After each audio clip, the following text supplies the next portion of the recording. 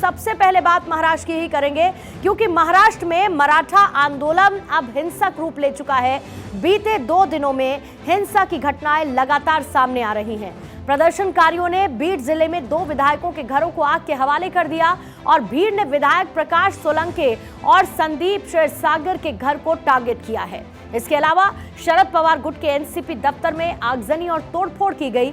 ऐसे में आपको ये बता देते हैं कि मराठा आंदोलन में अब तक हुआ क्या है, टाइमलाइन क्या रही है। सबसे पहली बात, आंदोलन को लेकर शिंदे सरकार की कैबिनेट बैठक हुई और सरकार ने कल सर्वदलीय बैठक बुलाई थी, जिसमें तमाम दल शामिल रहे। मराठा आरक्षण आंदोलन हिंसक होता जा रहा है, जिसकी तस्वीरें आप देख रहे हैं। मराठवाड़ा के 8 जिलों में जबरदस्त हंगामा हुआ, जिसमें बीड और उस्मानाबाद, जहां पर कर्फ्यू लगा दिया गया। मुंबई पुणे एक्सप्रेसवे पर 6 किलोमीटर तक का लंबा जाम लग गया और आज दिन भर भी मराठा आरक्षण की मांग को लेकर विरोध की ये तस्वीरें देखने को मिलती रही हैं।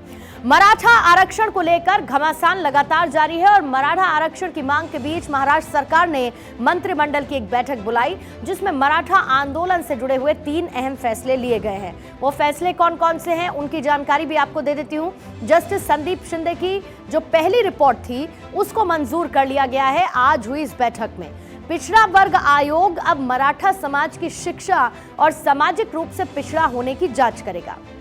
आयोग नए सिरे से एक एम्पेरिकेबल डाटा इकट्ठा करेगा और ये डेटा इस बात की डिटेल्स देगा कि आखिर उनकी स्थिति कैसी है। इसके लिए 3 सदस्यीय जस्टिस की सलाहकार समिति गठित कर दी गई है और ये है आज शिंदे सरकार का महत्वपूर्ण फैसला।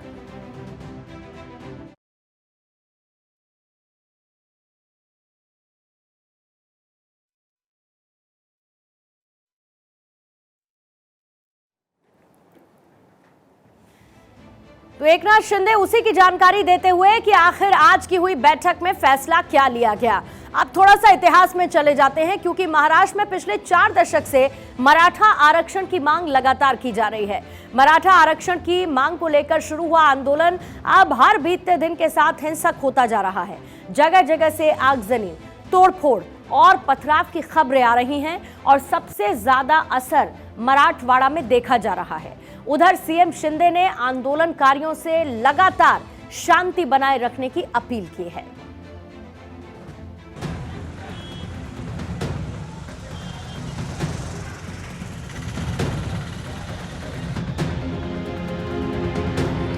मराठा आरक्षण की मांग को लेकर चल रहा शांतिपूर्ण आंदोलन अब हिंसक हो गया है। महाराष्ट्र के शहर शहर संग्राम मचा हुआ है। आरक्षण की मांग को लेकर आंदोलनकारी सड़क पर उतर आए और उनके निशाने पर सियासतदान है। गुस्साए प्रदर्शनकारी अब विधायकों की आवाज और दफ्तर को आग में झोंक रहे हैं। इसका सबसे ज्यादा असर मुंबई से करीब 450 किलोमीटर दूर शहर बीड बन गया। यहाँ प्रदर्शनकारी विधायकों के घर और पार्टी दफ्तर में आग लगाते नजर आए। तोड़फोड़ के बाद प्रशासन ने बीड के कुछ इलाकों में कर्फ्यू और बाकी जगहों पर धारा 144 लागू कर दी। साथ ही इंटरनेट भी बंद कर दिया है। बीड के बाद आरक्षण की आग दूसरे इलाकों में पहुंच गई। तनाव पूरे मराठवाड़ा में फैल चुका है।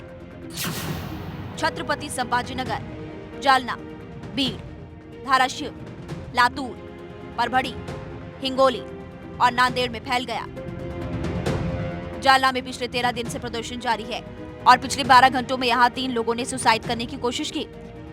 ये आंकड़े चिंता बढ़ाने वाले हैं। तो क्या महाराष्ट्र में मराठा आंदोलन के बीच शिंदे सरकार बैकफुट पर खड़ी नजर आ रही है? सवाल इसलिए क्योंकि कई विधायक और सांसदों ने इस्तीफा दे दिया है।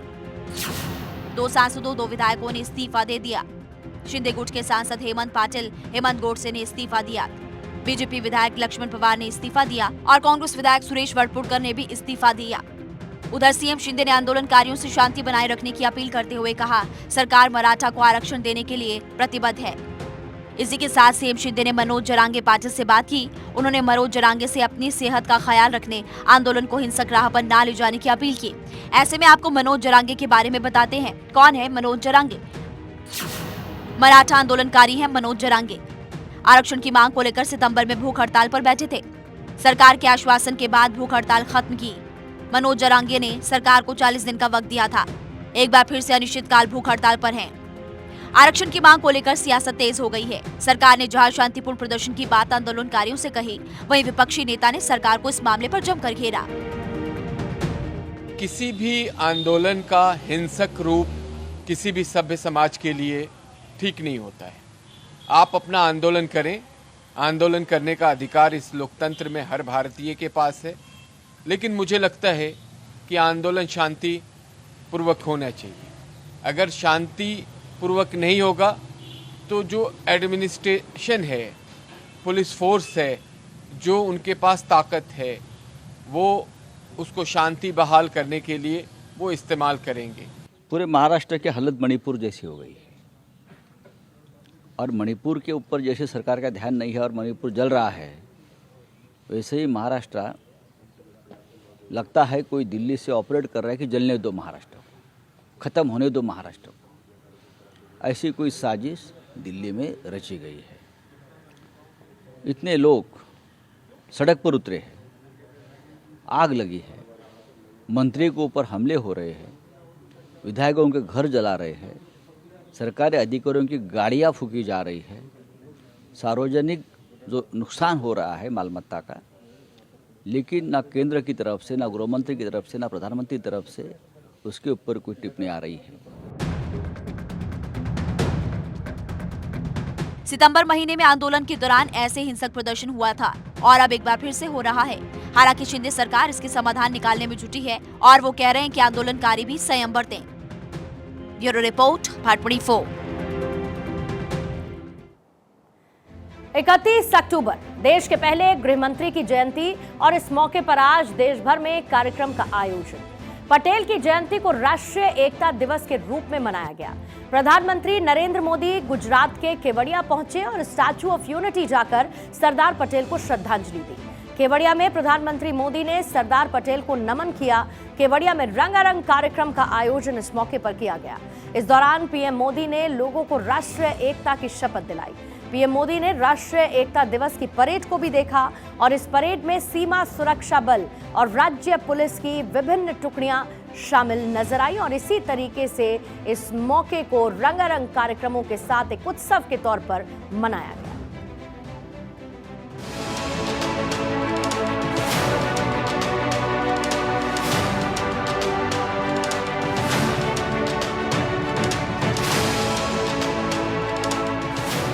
एकता के सूत्रधार मोदी के सरदार।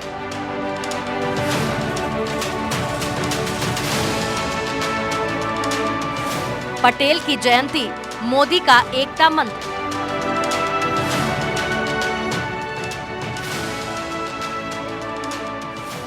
सरदार की जयंती, देश भर में run for unity. Iron man Sardar Vallabh Bhai Patel आजाद हिंदुस्तान के पहले गृह मंत्री, एकता के सूत्रधार, देश को एक सूत्र में पिरोने वाले,